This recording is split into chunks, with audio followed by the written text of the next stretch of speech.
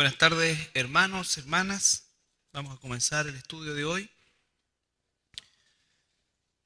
Eh, el día de hoy vamos a terminar este tema de la adoración y nos ha llevado varios miércoles el tratarlo, el hacerlo.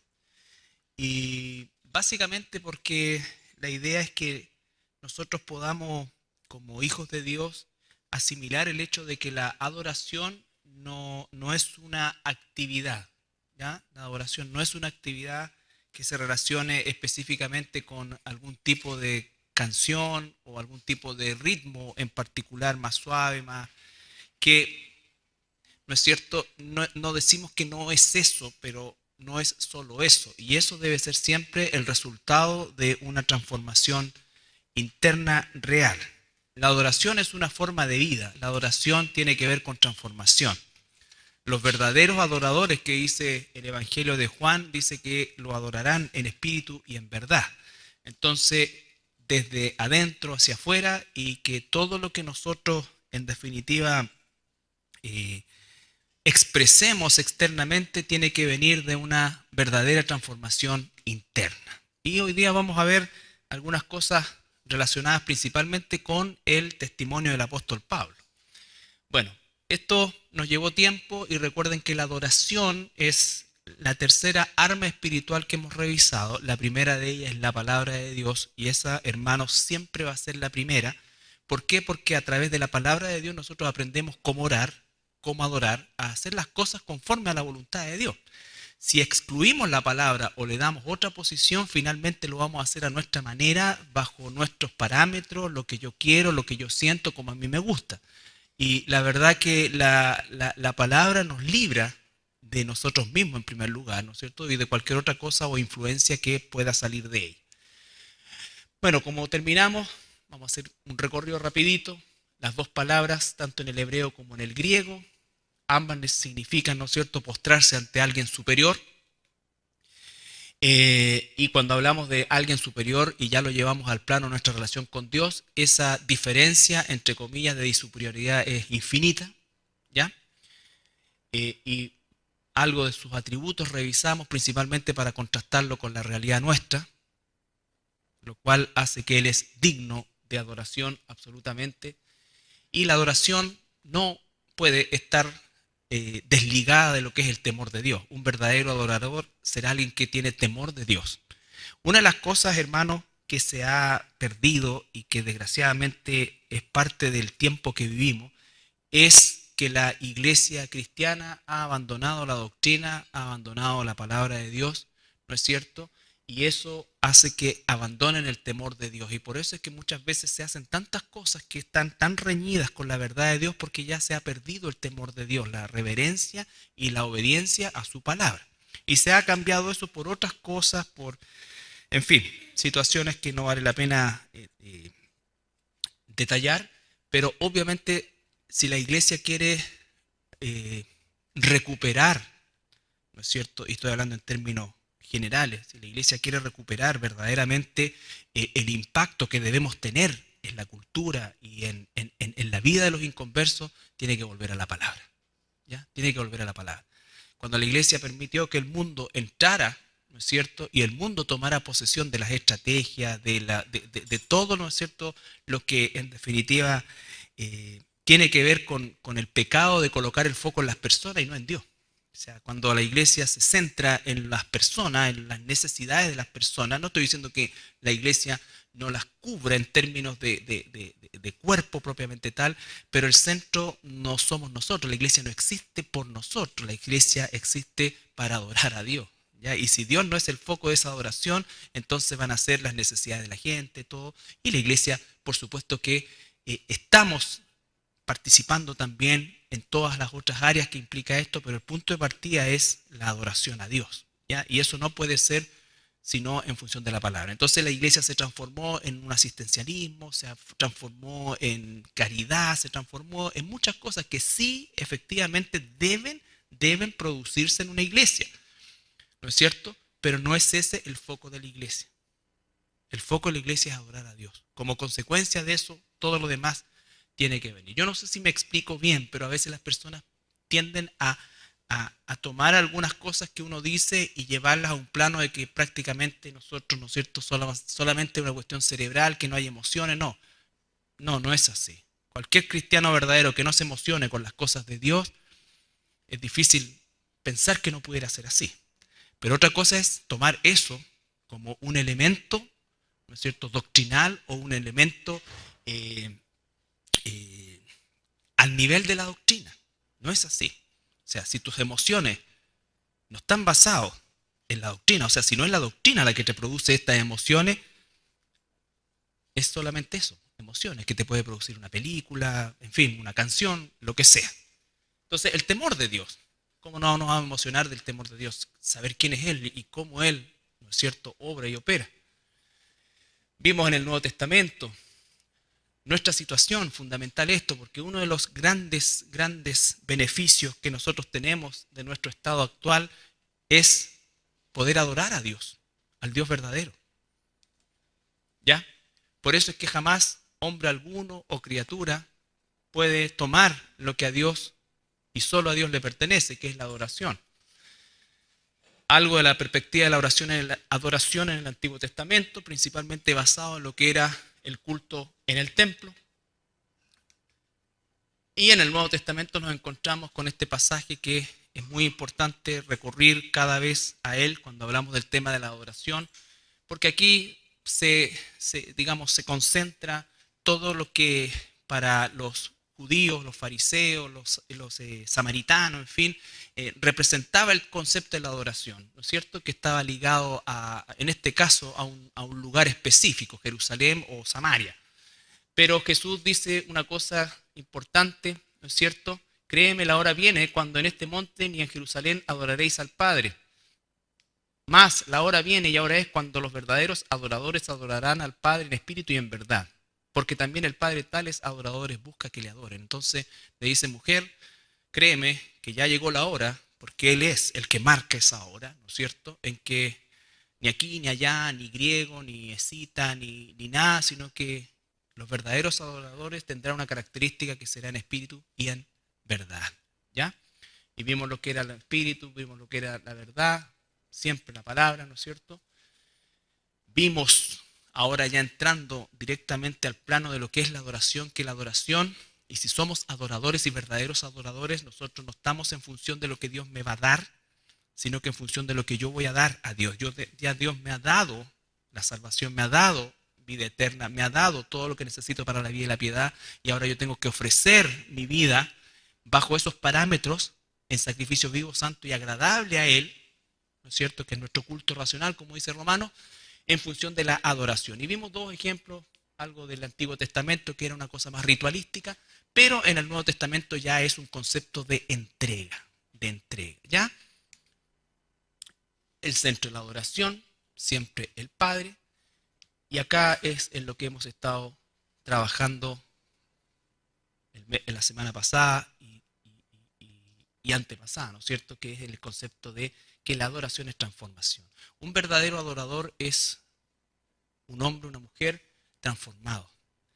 Y la palabra transformación en un presente continuo, siempre está siendo transformado, ¿no es cierto? Nosotros no estamos terminados, pero estamos siendo siempre transformados. Por lo tanto, siempre va a haber una distancia en cuanto a quiénes somos y qué es lo que Dios está haciendo con nosotros, pero la inclinación de nuestra vida debe ser hacia la transformación de Dios. Es decir, hoy día debo estar un poquito más transformado que ayer y así sucesivamente, ¿no es cierto? Es el progreso que debe ir teniendo el Espíritu Santo en nosotros por medio de esta transformación. Un verdadero adorador es alguien transformado, que permanentemente se está transformando, que su sistema de vida, que su sistema de pensamiento, que sus prioridades están siendo transformadas.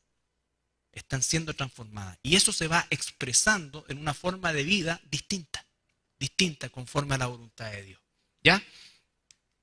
Y de eso tomamos el pasaje de Romanos 12:1 que el apóstol Pablo nos relata, ¿no es cierto?, donde dice que, hermanos, os ruego por las misericordias de Dios. Este es el capítulo 12 de Romanos, por lo tanto ya en 11 capítulos, ¿no es cierto?, el Señor por medio del Espíritu Santo y usa el apóstol Pablo y nos habla de todas las misericordias que Dios ha tenido con nosotros, la salvación, la sustitución, la imputación de justicia, todo lo que eso significa, que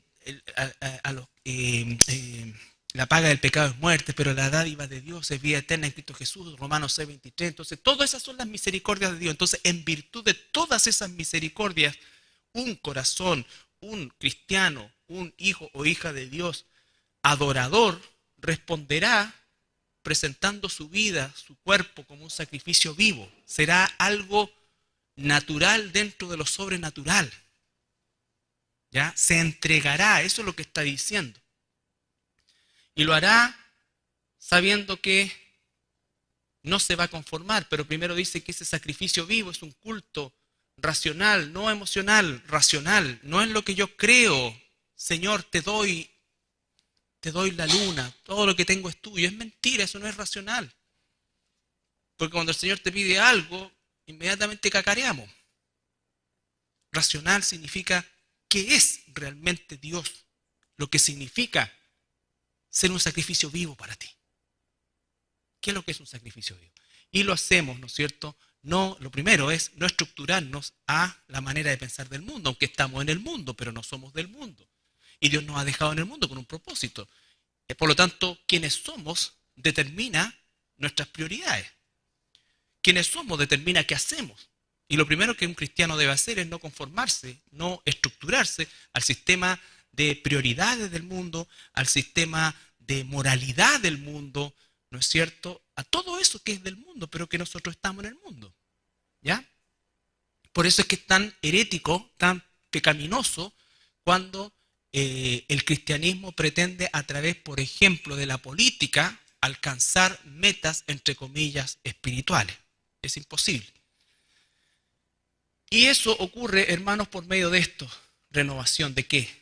Del entendimiento. Eso habla de el área cognitiva, que vamos conociendo, que vamos entendiendo. ¿Qué? La mente de Dios por medio de la revelación de su palabra. Por eso es que todos los días tenemos que estudiar la Escritura, todos los días, y siempre la Escritura. ¿Para qué? Para que la Escritura venga a nuestra mente en la vida diaria, en las distintas cosas que hacemos. La Escritura debe ser lo que determine eso. No lo que yo creo que le agrada a Dios, sino que es lo que realmente la Escritura me revela. ¿Ya? Y en ese tenor dice que nosotros vamos a comprobar que la voluntad de Dios es buena, perfecta y agradable, a pesar de que sea difícil. A pesar de que sea difícil. ¿Ya? Entonces, hoy día vamos a terminar con el ejemplo de la vida de este hombre que es nuestro hermano, el apóstol Pablo, solamente como un ejemplo de un verdadero adorador. Cuando Juan dice que Dios está buscando verdaderos adoradores, he aquí un modelo. Pablo dice, imítenme a mí porque yo imito a Cristo. Por supuesto que el modelo por excelencia es Jesucristo. Pero Pablo es justamente lo más cercano a repetir ese modelo. A repetir ese modelo desde el punto de vista de su entrega. Entonces Pablo mismo escribe Romanos 12, toda la epístola de Romanos, y él escribe y es inspirado por el Espíritu Santo para hablar acerca de ofrecer su cuerpo como un sacrificio vivo que agrada a Dios. Entonces, Pablo es el que nos enseña qué significa el concepto de ofrecer su cuerpo como un sacrificio vivo. Y a través de algo que Dios le anunció a nuestro hermano Ananías, ¿no es cierto?, en el libro de los Hechos, cuando le dice a Ananías que vaya y le imponga las manos a Pablo para que recupere su vista y reciba, dice, ¿no es cierto?, el Espíritu Santo. ¿Qué le dice? Hechos 9:16.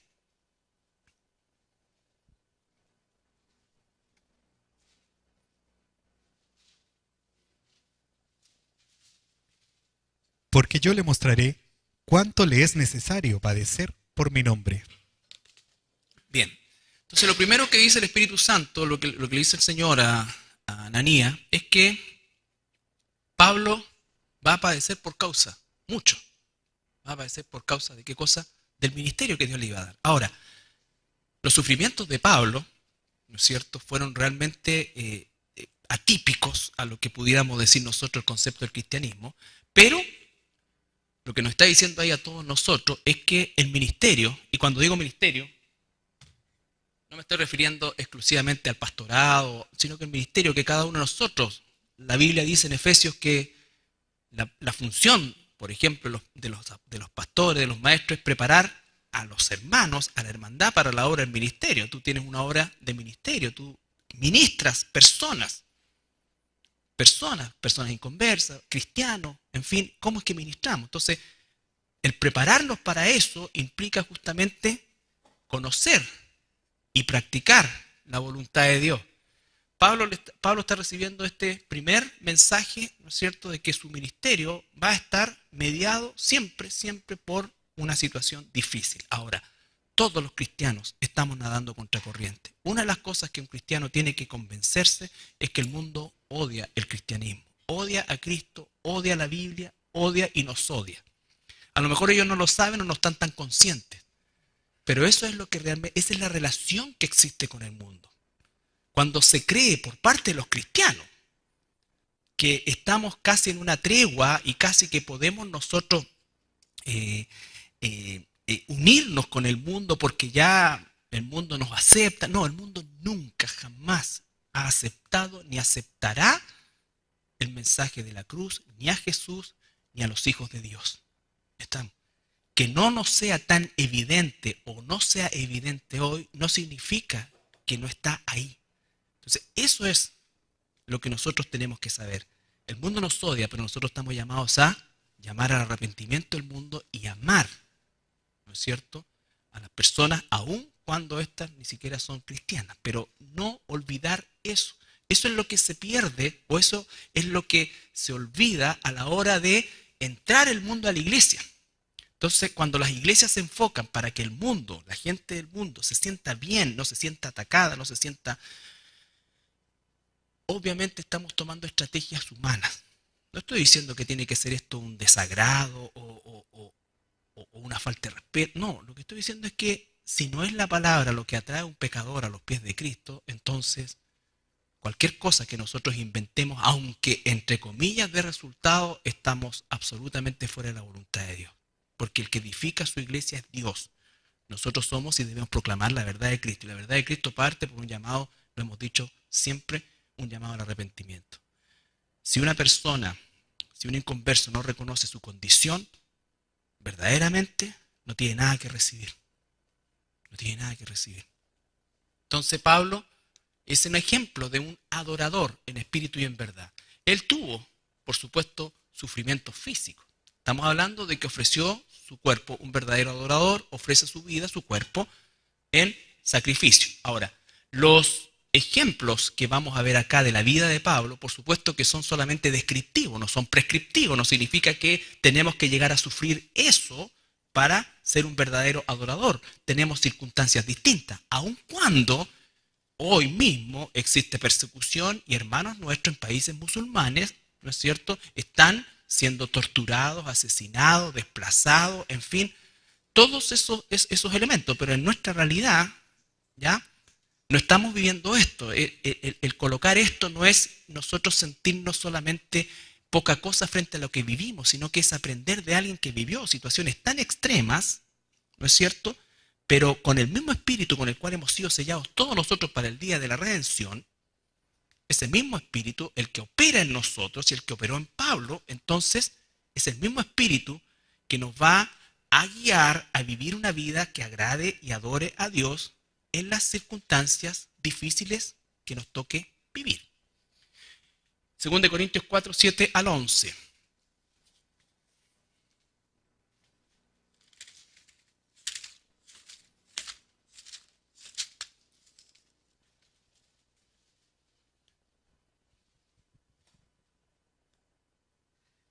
Pero tenemos este tesoro en vasos de barro para que la excelencia del poder sea de Dios y no de nosotros, que estamos atribulados en todo, mas no angustiados, en apuros, mas no desesperados, perseguidos, mas no desamparados, derribados, pero no destruidos, llevando en el cuerpo siempre por todas partes la muerte de Jesús, para que también la vida de Jesús se manifieste en nuestros cuerpos, porque nosotros que vivimos siempre estamos entregados a muerte por causa de Jesús, para que también la vida de Jesús se manifieste en nuestra carne mortal.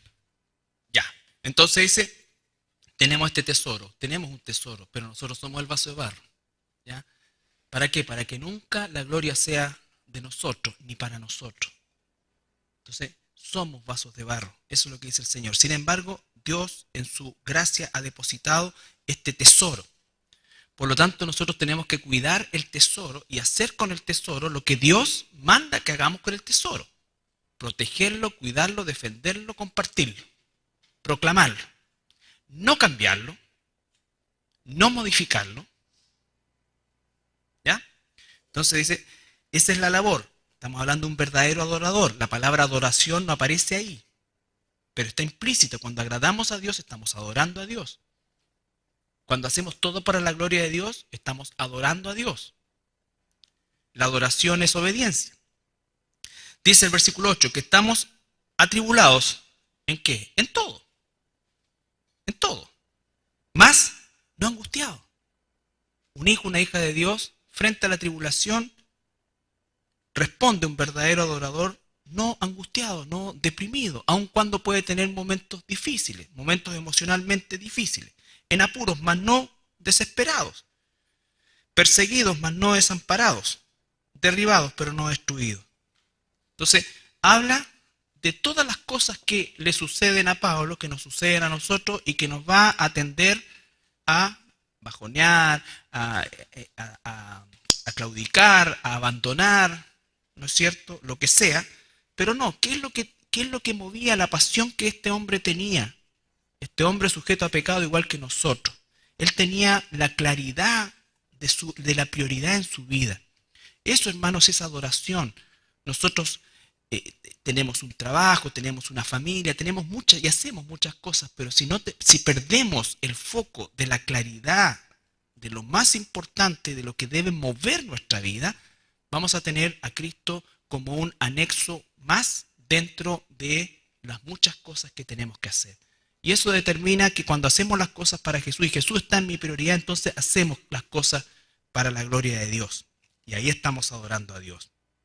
Dice el versículo 11, porque nosotros que vivimos siempre estamos entregados a muerte, siempre. Ahora, ¿nos van a matar o nos van a quitar la vida cuando Dios quiera? Somos inmortales hasta que Dios dice, hasta aquí. ¿Ya? Por causa de Jesús, para que también la vida de Jesús, eso es importante, para que la vida de Jesús se manifieste en nuestra carne mortal. La pregunta es, ¿se manifiesta la vida de Jesús en mi carne mortal? ¿Estoy ofreciendo mi vida en un sacrificio vivo a Dios? Eso es un sacrificio vivo a Dios. Que mi vida física, mortal, o en esa vida se manifieste la vida de Cristo. ¿Cómo se va a manifestar la vida de Cristo? ¿No es cierto? Cuando Dios Padre dijo, este es mi Hijo amado en quien tengo complacencia. ¿Por qué? ¿Lo habló en relación a qué? A la obediencia. Yo no hago nada que el Padre no me da hacer. Era la obediencia perfecta. Pero nosotros tenemos que luchar, tal como dijo Juan el Bautista. Es preciso que Él crezca y que yo mengue. En eso consiste. Nosotros somos el vaso de barro, no somos la copa de cristal, no somos el tesoro. Por eso es que no se trata de nosotros en primer lugar. No se trata de las personas, se trata de la gloria de Dios. El foco de la iglesia debe ser la gloria de Dios, pero no una cosa mística ni emocional, sino que una cosa real a través de vidas verdaderamente entregadas a la obediencia de la voluntad de Dios. Cada uno de nosotros tiene que vivir una vida que agrade a Dios. Entonces, Pablo dice después en 2 Corintios 6, 3 al 5. Él entrega su vida, dice en Romanos el mismo, ¿no es cierto?, como una ofrenda a Dios, un sacrificio vivo.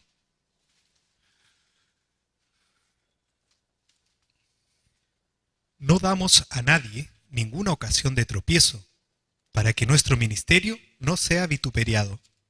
Antes bien, nos recomendamos en todo como ministros de Dios, en mucha paciencia, en tribulaciones, en necesidades, en angustias, en azotes, en cárceles, en tumultos, en trabajos, en desvelos, en ayunos, en pureza, en ciencia, en longanimidad, en bondad, en el Espíritu Santo, en amor sincero, en la palabra de verdad, en poder de Dios, con armas de justicia a diestra y a siniestra.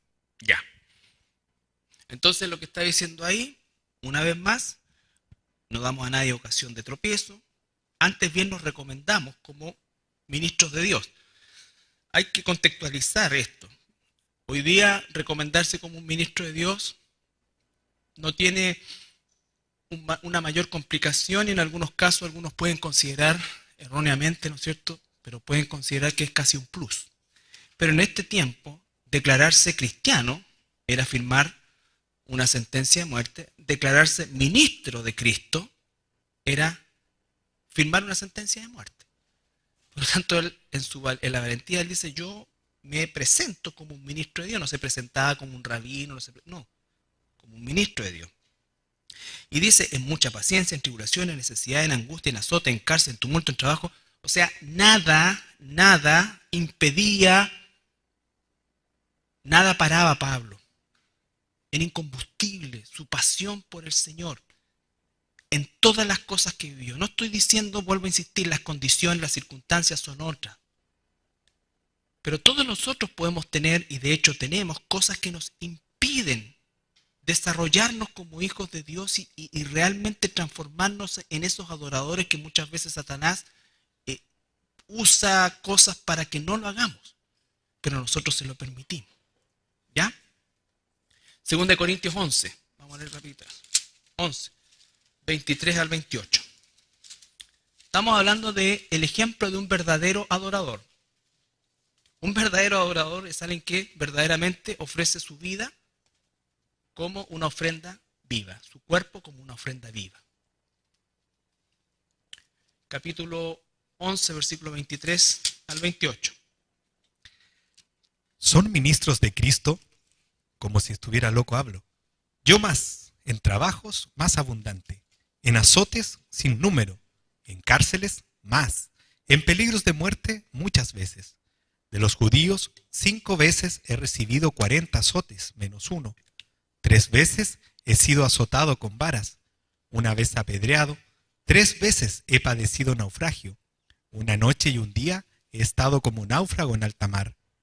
En caminos muchas veces, en peligros de ríos, peligros de ladrones, peligros de los de mi nación, peligros de los gentiles, peligros en la ciudad, peligros en el desierto, peligros en el mar, peligros entre falsos hermanos, en trabajo y fatiga, en muchos desvelos, en hambre y sed, en muchos ayunos, en frío y en desnudez. 28. Y además de otras cosas, los que sobre mí se agolpa cada día la preocupación por todas las iglesias. Ese es un verdadero adorador. Nada lo impedía. Entonces, nosotros probablemente no tengamos ni uno de eso y tengamos otras cosas, pero siempre va a haber cosas que se va a levantar en contra de que tú y yo adoremos a Dios en espíritu y en verdad y le obedezcamos en la misión y en el ministerio que nos ha dado. ¿Ya? Él está en ese momento escribiendo una segunda carta a una iglesia que le causó mucho dolor a Pablo, mucho dolor. ¿Ya? Sin embargo, fue a la que le dedicó, según los historiadores, ¿no es cierto?, más tiempo. Y él está hablando y está diciendo, por ejemplo, que 5 veces ha recibido 40 azotes menos 1. Eso tiene una cosa increíble.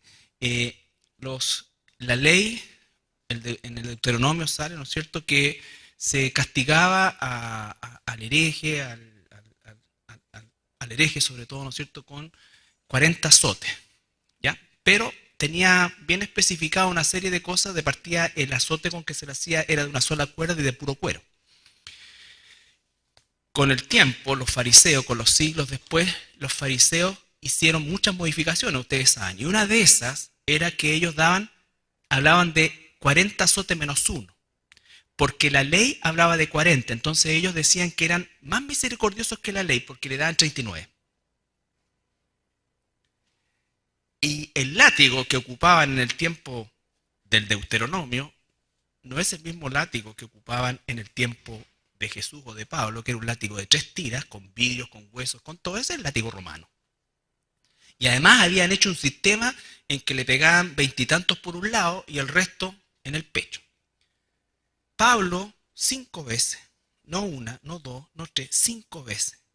¿Te imaginas el dolor y la cicatrización y todo eso? O sea, Pablo estornudaba y le dolía todo, me imagino, pero toda la vida, no solamente en ese momento. Entonces, a nosotros no nos han dado probablemente ninguno, ¿ya? Ninguno. Pero ¿qué aprendemos de esto?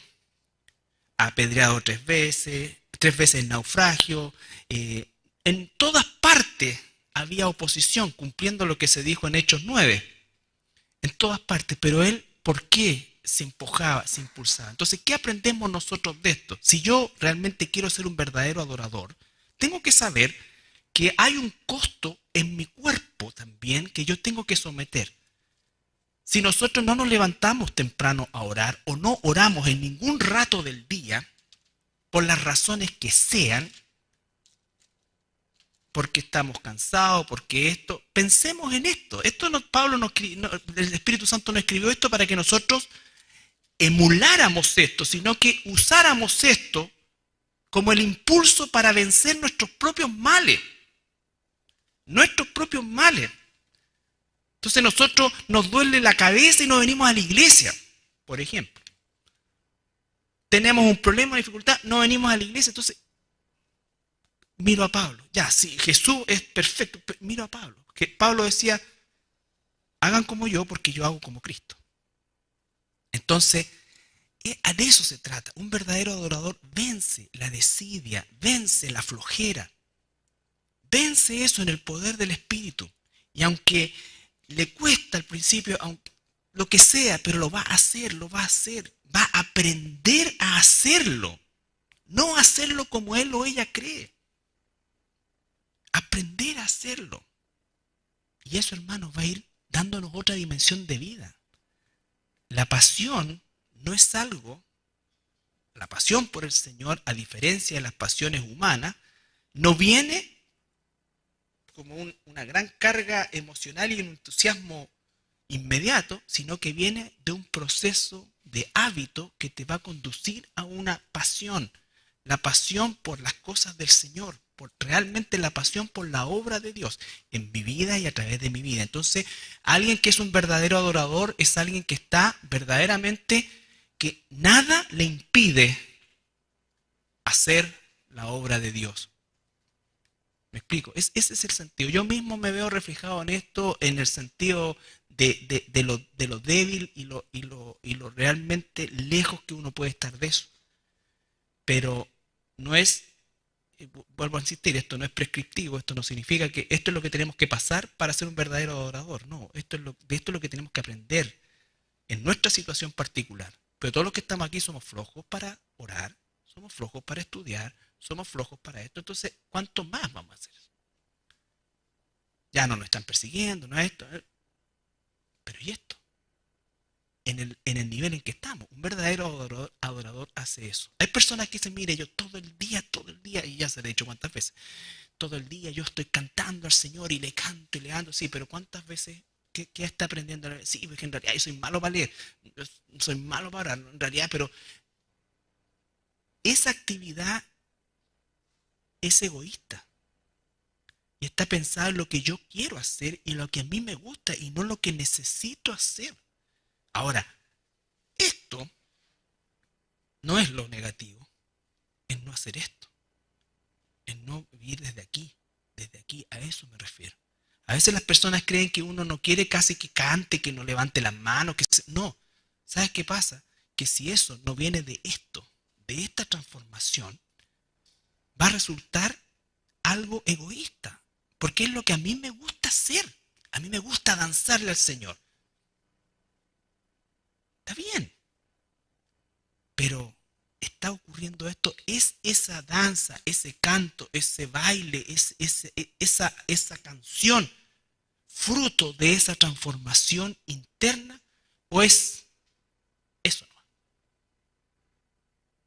¿Ya? Entonces, un verdadero adorador es alguien que está transformado desde adentro y que está en un proceso de transformación. Y por supuesto que nos emocionamos. ¿Cómo no nos vamos a emocionar?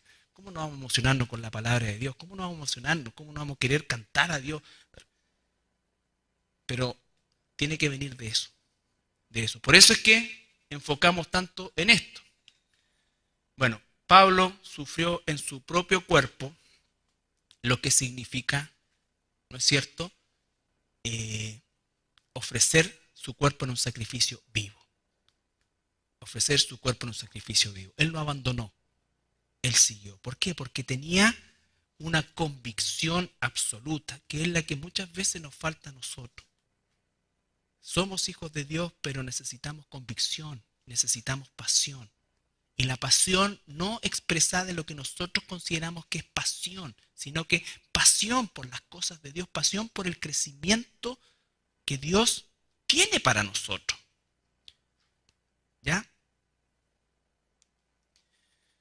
Bueno, persecución de los judíos, Satanás, las autoridades, padecimiento físico, sería redundar más en lo mismo. ¿Ya?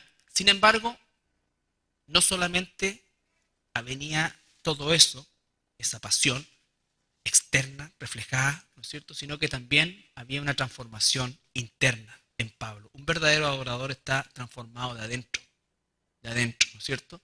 Y aquí hay tres aspectos, de los muchos que se podría hacer, pero tres aspectos que son como bien claves. Por ejemplo, el perdón. Un verdadero adorador es alguien que perdona, alguien que ha recibido perdón y que perdona ya no en función de lo horizontal, sino así como Cristo me perdonó a mí, yo perdono. Así como Cristo me perdonó a mí. ¿Ya? 2 Corintios 2, 1 al 11. Rápido.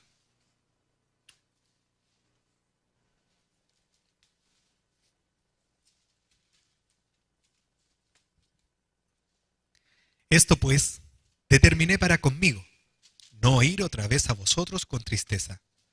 Porque si yo os contristo, ¿quién será luego el que me alegre, sino aquel a quien yo contristé? Y esto mismo os escribí, para que cuando llegue no tenga tristeza de parte de aquellos de quienes me debería gozar, confiando en vosotros todos, que mi gozo es el de todos vosotros. Porque por la mucha tribulación y angustia del corazón os escribí con muchas lágrimas, no para que fueseis contristados, sino para que supieseis cuán grande es el amor que os tengo. Pero si alguno me ha causado tristeza, no me la ha causado a mí solo, sino en cierto modo, por no exagerar, a todos vosotros. Le basta a tal persona esta reprensión hecha por muchos. Así que, al contrario, vosotros más bien debéis perdonarle y consolarle, para que no sea consumido de demasiada tristeza. Por lo cual os ruego que confirméis el amor para con él. Porque también para este fin os escribí, para tener la prueba de si vosotros sois obedientes en todo. Y al que vosotros perdonáis, yo también, porque también yo los que he perdonado, si algo he perdonado, por vosotros lo he hecho en presencia de Cristo, para que Satanás no gane ventaja alguna sobre nosotros, pues no ignoramos sus maquinaciones. No sabemos exactamente qué fue lo que le hicieron a Pablo, ¿no es cierto? Pero era mucho más que hablar algo a espaldas de él. Era una cosa más grande que eso. Sin embargo, dice que él lo perdona, que no quiere entristecerlo. Y además le dice a la iglesia, le dice, ustedes tampoco hagan de esto un escarnio, porque no estamos puestos para condenar a las personas, bajo ningún punto de vista. Estamos puestos para ayudar a las personas, para exhortar, para corregir, hasta disciplinar, si se quiere, pero no para condenar. Y entonces dice, ¿para qué? Para que el diablo, para que Satanás no gane ventaja, porque Satanás, ¿no es cierto?, va a tratar de pasar siempre la línea de la disciplina, ¿no es cierto?, a la condenación o a hacer de eso algo pecaminoso. Entonces dice, no, cuidado con eso, cuidado. Cuidado con condenar a las personas, a los hermanos, a las hermanas, aun cuando hayan cometido pecado. ¿Ya? Hay que exhortarlo, hay que corregirlo, hasta hay que disciplinarlo, pero no condenarlo. ¿Ya? Entonces, estamos poniendo un ejemplo aquí. Pablo era el foco de eso, en el sentido de que la persona o las personas que le hicieron ese daño, ¿no es cierto?, estaban dentro de la iglesia de Corinto y Pablo dice, yo los perdono de verdad. ¿Ya? Entonces, Un verdadero adorador es alguien que tiene un corazón perdonador, un corazón de misericordia. Un verdadero adorador vive una vida de gozo. Colosenses 1:24. Estos son los adoradores que dice Juan que el Padre está buscando en espíritu y en verdad. El Padre no se impresiona por las cosas externas. El Padre busca a alguien que sea moldeable. Colosenses 1:24. Ahora me gozo en lo que padezco por vosotros, y cumplo en mi carne lo que falta de las aflicciones de Cristo por su cuerpo, que es la iglesia. Ya, él, su preocupación es la iglesia. Cumplo en mi carne, me gozo de lo que estoy sufriendo porque va en favor del crecimiento de la iglesia. Un verdadero adorador, él se está dando por la iglesia, en este caso de Colosa, y de todas las iglesias que él fundó. ¿Ya? Nosotros tenemos una iglesia, tenemos un lugar, tenemos esto. O sea, darse a la iglesia es darse a los hermanos. Darse a la iglesia es crecer, es desarrollar, todo eso. Somos un cuerpo. Filipenses 4, 1-7.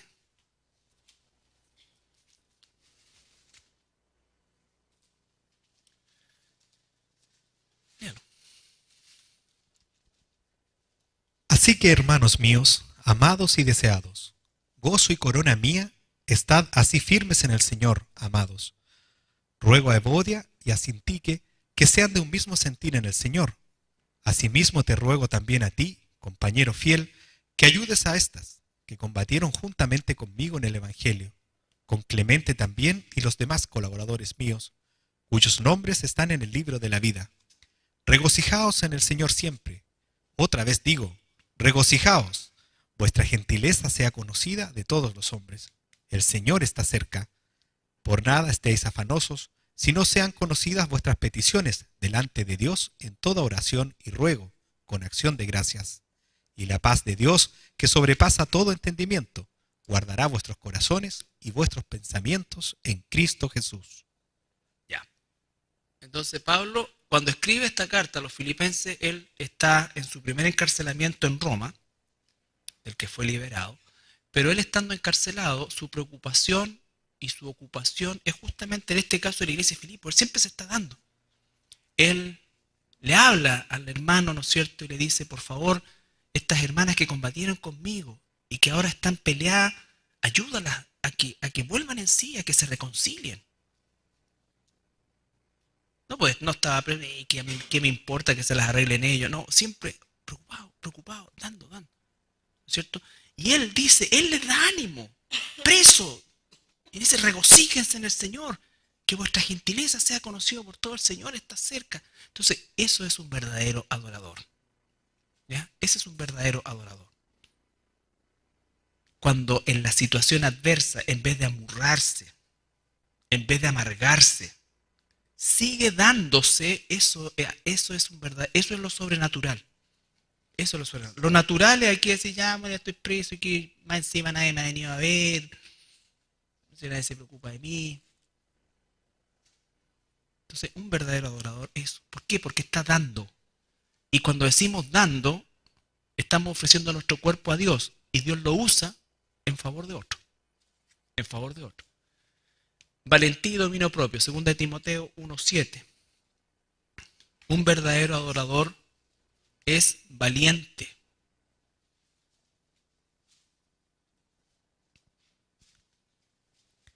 Porque no nos ha dado Dios espíritu de cobardía, sino de poder, de amor y de dominio propio.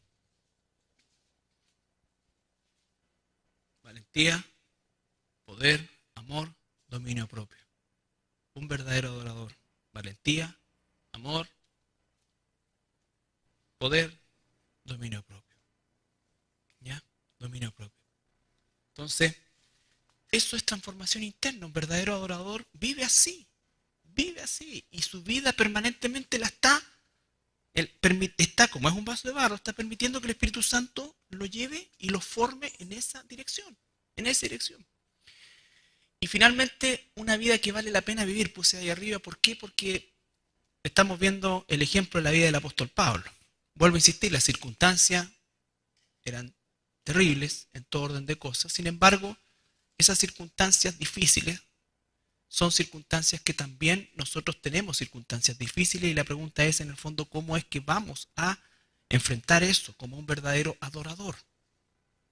Un adorador da y se da. Y aquí, 2 Timoteo, capítulo 4, versículo 1 al 13, esta segunda carta de Timoteo es la última carta que Pablo escribe. Este es su segundo encarcelamiento en Roma y aquí finalmente es decapitado. Y él escribe esta segunda carta a su discípulo Timoteo. ¿Qué le escribe? Te encarezco delante de Dios y del Señor Jesucristo, que juzgará a los vivos y a los muertos en su manifestación y en su reino, que prediques la palabra, que instes a tiempo y fuera de tiempo, redarguye, reprende, exhorta con toda paciencia y doctrina, porque vendrá tiempo cuando no sufrirán la sana doctrina, sino que teniendo comezón de oír, se amontonarán maestros conforme a sus propias concupiscencias, y apartarán de la verdad el oído, y se volverán a las fábulas. Pero tú, sé sobrio en todo, soporta las aflicciones, haz obra de evangelista, cumple tu ministerio, porque yo ya estoy para ser sacrificado, y el tiempo de mi partida está cercano. He peleado la buena batalla, he acabado la carrera, he guardado la fe. Por lo demás, me está guardada la corona de justicia, la cual me dará el Señor, juez justo en aquel día, y no solo a mí, sino también a todos los que aman su venida. Procura venir pronto a verme, porque Demas me ha desamparado, amando este mundo, y se ha ido a Tesalónica. Crescente fue a Galacia y Tito a Dalmacia. Solo Lucas está conmigo. Toma a Marcos y tráele contigo, porque me es útil para el ministerio. Y a Tíquico lo envía a Éfeso. Trae cuando vengas el capote que dejé en Troas, en casa de Carpo, y los libros, mayormente los pergaminos. Entonces el apóstol Pablo está al final de sus días y él lo tiene claro. El versículo 6 dice, porque yo estoy para ser sacrificado. Pero el mensaje a Timoteo es, te encarezco, predica la palabra. La gente se va a oponer, se van a amontonar como en nuestro tiempo. Frente a falsos maestros y a doctrinas de demonios, verdaderas fábulas y estupideces que la gente va a empezar a creer, pero en medio de eso, tú sigues predicando la palabra, haz obra de evangelista. Todos los comentaristas serios llegan a la conclusión de que Timoteo estaba un tanto echándose como para atrás, ¿no es cierto? Y al ver que Pablo ya no iba a salir, y entonces él iba a tener que asumir. Y Pablo lo está exhortando de una manera fuerte, ¿no es cierto? Y animando a hacer. Y él dice, ¿no es cierto? También en el versículo 8, por lo demás me está guardada la corona de justicia. Eso también es importante porque nosotros, hermanos, no somos mártires de una causa. Pablo no era un mártir de una causa muerta. Él sabe y su convicción también le llevaba a no olvidar que Dios tiene una corona para él. Y Dios tiene una recompensa para él. Entonces, eso también a nosotros nos impulsa, porque nosotros no estamos, como dice el mismo apóstol Pablo, pegándole combos al aire como si nada. Nosotros tenemos un propósito, tenemos un premio, nosotros vivimos sobre seguro. Sobre seguro. ¿Ya? Y entonces, ¿por qué? Porque muchas veces, ¿y por qué no pasa eso con nosotros muchas veces? Porque no tenemos una conciencia permanente de lo eterno, de lo que viene y de lo que Dios nos ha concedido. Nos ha librado del infierno eterno y nos ha concedido el paraíso y la gloria eterna junto a Él sin merecerlo. Entonces, Pablo dice, todo esto me impulsa mi gratitud a Dios por su misericordia y me impulsan las promesas de Dios para mi vida, que no tienen que ver con promesas terrenales. De hecho, Pablo, para la estupidez de las doctrinas de la prosperidad y todas estas cosas que aparecen, Pablo es un fracasado. Pablo, Jesús, los apóstoles, todos son fracasados. ¿Ya? Todo el Nuevo Testamento es de puro fracasado. Entonces, no está hablando de esa imbecilidad, lo que está hablando es de las promesas venideras, de aquello que no se corrompe, de aquello que no perece, de aquello que es eterno. Sí, Pablo coloca su foco en eso. Pero miren lo que dice el versículo 13. Bueno, primero dice, Demas me abandonó, pero a este lo dejé, a este a Tíquico lo envía a Éfeso, o sea, sigue trabajando.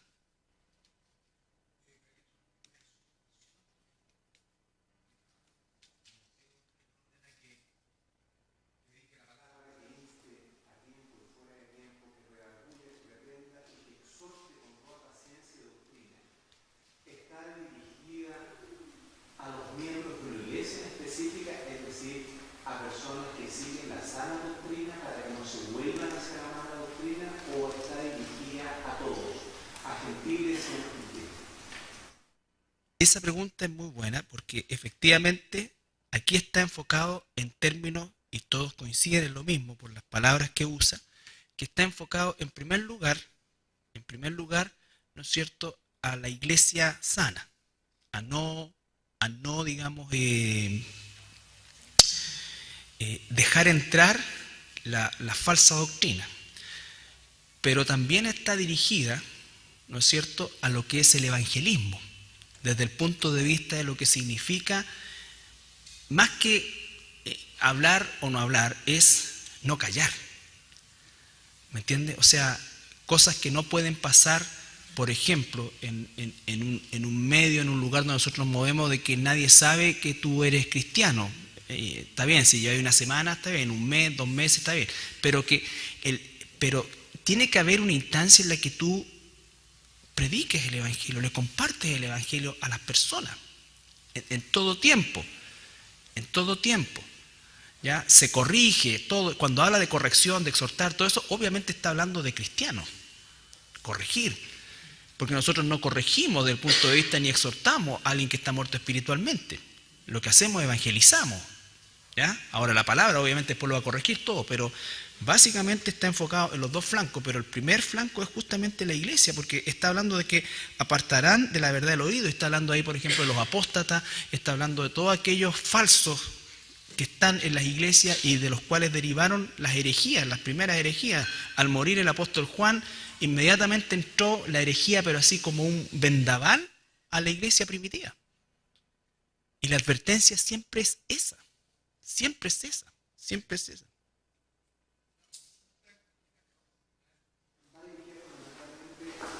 A aclarar o a precisar el argumento que muchos cristianos, basados precisamente en este versículo, tienen para instar fuera de tiempo y sin la necesaria ubicuidad o respeto a los no creyentes.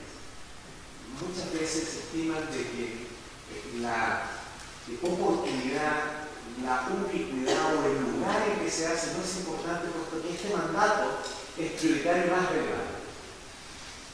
Me da la impresión que no es necesariamente así.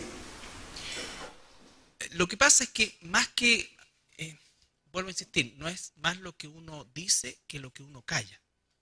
En el sentido de que cuando Dios nos coloca en un lugar, nos coloca con una prioridad evangelística también. Obviamente, si yo estoy en una reunión de trabajo y pido la palabra, y digo, sí, dime, ¿qué puedes aportar a la idea que estamos tratando? Mira, yo lo primero que quiero decir es que todos ustedes, si no tienen a Jesús, están todos perdidos. Todos.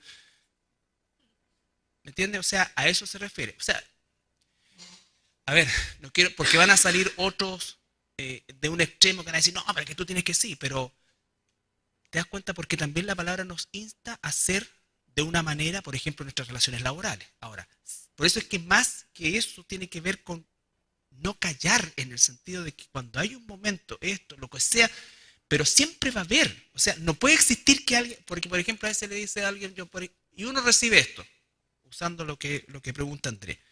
Oye, pucha, yo estoy orando por mi familia, estoy orando por mi familia, estoy orando por mi familia, estoy orando por mi... La pregunta es, ¿le has hablado alguna vez a tu familia? No, pero estoy orando. No, porque la oración no es así. Cuando uno ora, Padre nuestro que estás en los cielos, y hace el modelo de oración, es el pan nuestro de cada día, pero después sale a trabajar, ¿por cierto? O sea, hay que actuar.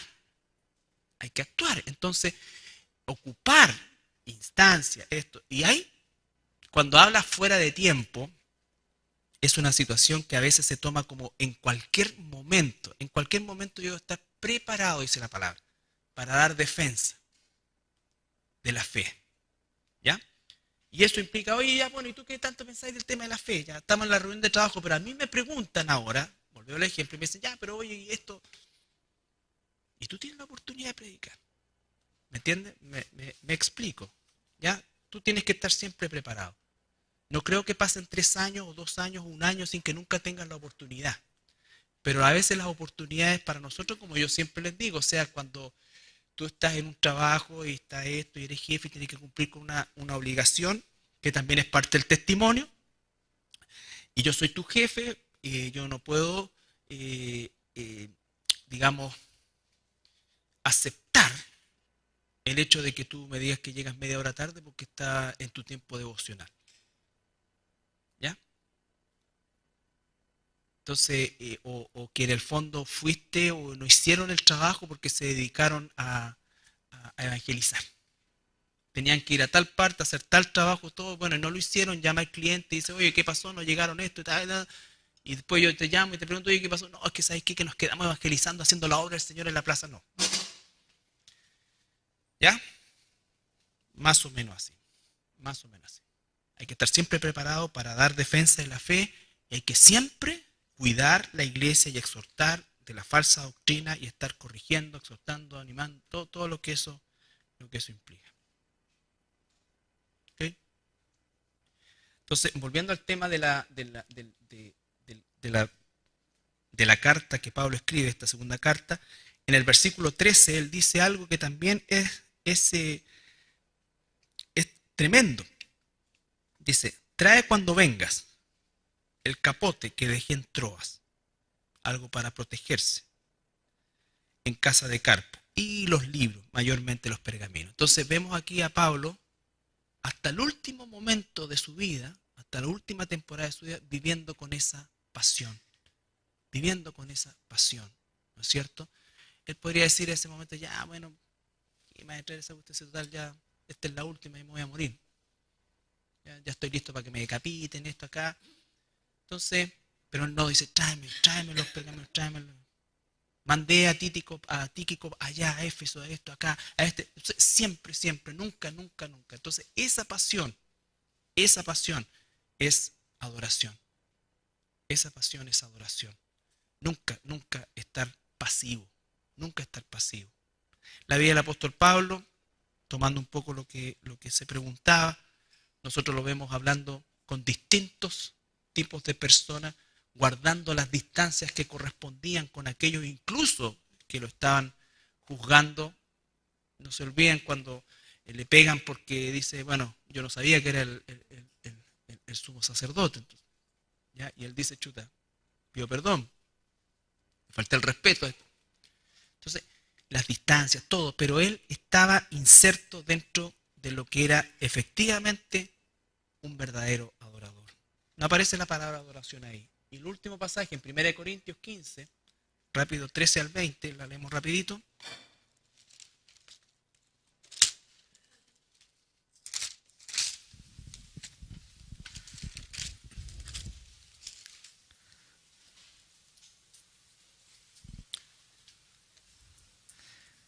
Una de las cosas que los corintios tenían una tremenda confusión era con el tema de la resurrección, principalmente por su legado pagano. ¿Ya? Porque si no hay resurrección de muertos, tampoco Cristo resucitó. Y si Cristo no resucitó, vana es entonces nuestra predicación, vana es también vuestra fe. Y somos hallados falsos testigos de Dios, porque hemos testificado de Dios, que Él resucitó a Cristo, al cual no resucitó, si en verdad los muertos no resucitan. Porque si los muertos no resucitan, tampoco Cristo resucitó. Y si Cristo no resucitó, vuestra fe es vana, aún estáis en vuestros pecados. Entonces, también los que durmieron en Cristo perecieron. Si en esta vida solamente esperamos en Cristo, somos los más dignos de conmiseración de todos los hombres. Mas ahora Cristo ha resucitado de los muertos, primicias de los que durmieron es hecho. Entonces los cristianos no estamos pegando golpes al viento, ni viviendo por una causa humana, una causa perecedera, una causa momentánea. No, estamos luchando y permitiendo que el Espíritu Santo nos transforme, porque estamos viviendo y muriendo, ¿no es cierto?, por causa de que Cristo sí resucitó. Por lo tanto, el premio, la gloria eterna, todo eso es real. Cristo resucitó y Pablo le está diciendo a los corintios, por eso es que él vivió también de esa manera. Hay un corazón de gratitud, pero también hay una expectativa que a nosotros muchas veces nos falta porque no pensamos en eso. Y no es para vivir aislado de la realidad, sino es para colocar, como dice, y lo leímos también, la vista en las cosas de arriba. O sea, por un lado está la inmensa gratitud, pero por otro lado también está la expectativa. Y ambas cosas son válidas y la gente no puede decir, ay, o sea que lo estás haciendo por el premio. ¡Claro! Por supuesto que sí. Porque es una promesa de Dios. Y un corazón de gratitud no teme decir eso. Porque sabe que no se lo merece. Pero Dios lo da. Entonces, ¿vale la pena ofrecer nuestro cuerpo en sacrificio vivo, santo y agradable a Dios, que es nuestro culto racional? La respuesta es sí, sí. ¿Vale la pena luchar para ser un verdadero adorador? Sí, sí, claro que sí. La cosa más horrible es dar la vida por una causa muerta, muerta. Pablo mismo dice, si en esta vida no va, entonces mejor comamos, bebamos, porque mañana moriremos. Es absolutamente incongruente morir por causas nobles pensando que esta es la única vida que vamos a vivir. Si esta es la única vida que fuéramos a vivir, entonces comamos, bebamos y hagamos todas las cosas y saquemos el máximo provecho. Y alguien dirá, sí, pero hay que dejarle estas cosas a las siguientes generaciones. No, yo a mi hijo le dejaría la mejor forma de vivir una vida, ¿no es cierto?, donde la pasara lo mejor posible al costo que fuera y que no le importara absolutamente nada. Esa es la herencia que le dejaría a mi hijo. Pero si Cristo resucitó y si hay un infierno del cual Él me liberó, debo vivir con una gratitud eterna y a la vez con una expectativa maravillosa, maravillosa. Cuando Esteban estaba siendo apedrado, él dice, veo los cielos abiertos. La gloria de Dios, o sea, Dios le permitió tener esa visión en un momento terrible. Y en vez de los otros colocarse a mirar el cielo para ver qué es lo que pasaba, se llenaron de odio y arremetieron más violentamente con él. Bien, entonces, hermanos míos, gozo y corona no. Esto es el foco de la verdadera adoración. Hemos visto la palabra de Dios, hemos visto la oración y hemos visto la adoración. Todo eso hay que concatenarlo, pero esto es un verdadero adorador. Esto es un verdadero adorador. Un verdadero adorador no necesita música. Un verdadero adorador no necesita motivación. Un verdadero adorador va a disfrutar de eso, lo tenga o no lo tenga, porque el verdadero adorador es alguien transformado. Transformado. Fíjense usted la verdadera adoración, no lo vimos. Pablo y Silas son tomados prisioneros, Hechos 16, son golpeados, ¿ya? Son golpeados brutalmente, son llevados al fondo de la mazmorra en un cepo y ellos dicen que a medianoche, los que han leído el pasaje, cantaban, cantaban. Entonces ese canto proviene de un adorador. Y nosotros debiera ser igual en las circunstancias que nos toca vivir, pero igual. Bien, voy a orar yo para no atrasarnos más. Dos ejemplos, algo del Antiguo Testamento que era una cosa más ritualística, pero en el Nuevo Testamento ya es un concepto de entrega, ¿ya? El centro de la adoración, siempre el Padre, y acá es en lo que hemos estado trabajando en la semana pasada y antepasada, ¿no es cierto? Que es el concepto de que la adoración es transformación. Un verdadero adorador es un hombre, una mujer transformado. Y la palabra transformación en un presente continuo, siempre está siendo transformado.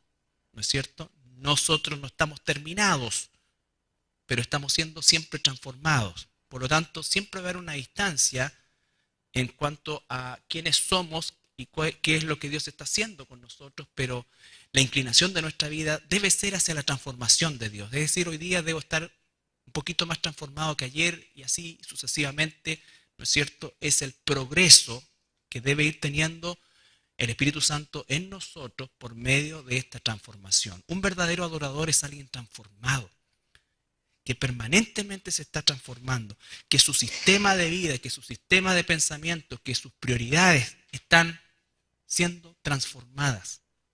Están siendo transformadas. Y eso se va expresando en una forma de vida distinta, distinta conforme a la voluntad de Dios.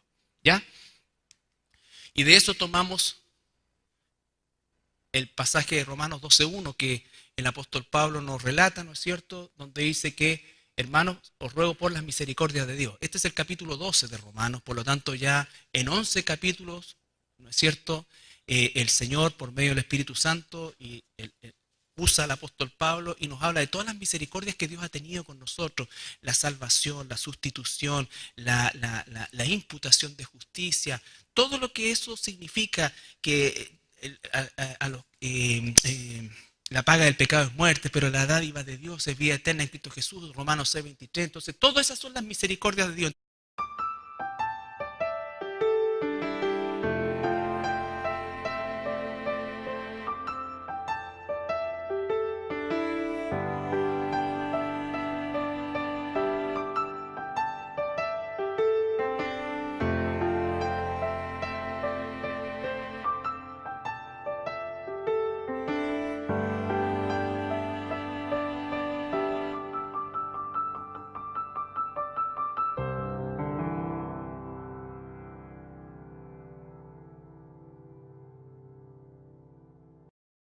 Aló. Buenas tardes, hermanos, hermanas. Vamos a comenzar el estudio de hoy.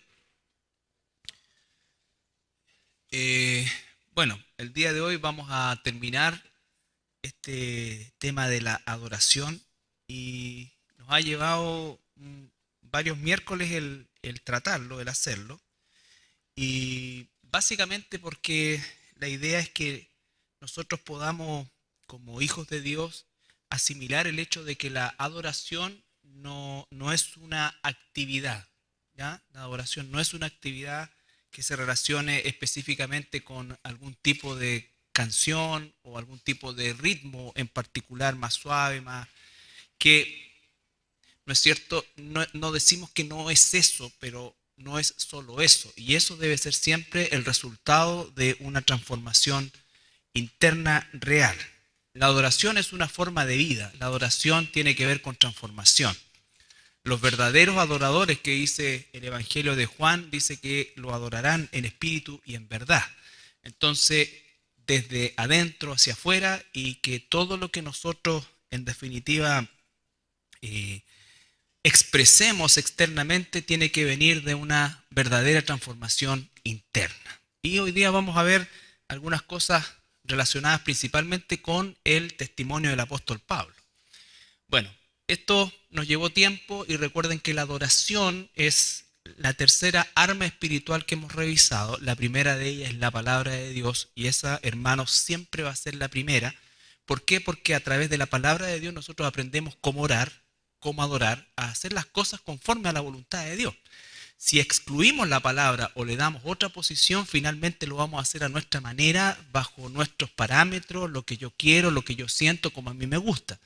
Y la verdad que la palabra nos libra de nosotros mismos en primer lugar, ¿no es cierto? Y de cualquier otra cosa o influencia que pueda salir de ella. Bueno, como terminamos, vamos a hacer un recorrido rapidito. Las dos palabras, tanto en el hebreo como en el griego, ambas significan, ¿no es cierto?, postrarse ante alguien superior. Y cuando hablamos de alguien superior y ya lo llevamos al plano de nuestra relación con Dios, esa diferencia, entre comillas, de superioridad es infinita, ¿ya?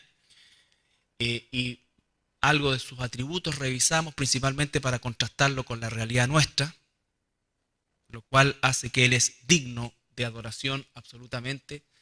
Y la adoración no puede estar desligada de lo que es el temor de Dios. Un verdadero adorador será alguien que tiene temor de Dios.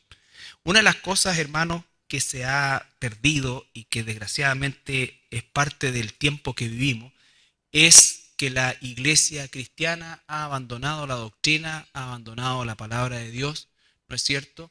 Y eso hace que abandonen el temor de Dios. Y por eso es que muchas veces se hacen tantas cosas que están tan reñidas con la verdad de Dios, porque ya se ha perdido el temor de Dios, la reverencia y la obediencia a su palabra. Y se ha cambiado eso por otras cosas, en fin, situaciones que no vale la pena detallar, pero obviamente si la iglesia quiere eh, recuperar, ¿no es cierto? Y estoy hablando en términos generales, si la iglesia quiere recuperar verdaderamente el impacto que debemos tener en la cultura y en la vida de los inconversos, tiene que volver. Fundamental esto, porque uno de los grandes beneficios que nosotros tenemos de nuestro estado actual es poder adorar a Dios, al Dios verdadero. ¿Ya? Por eso es que jamás hombre alguno o criatura puede tomar lo que a Dios y solo a Dios le pertenece, que es la adoración. Algo de la perspectiva de la adoración en el Antiguo Testamento, principalmente basado en lo que era el culto en el templo.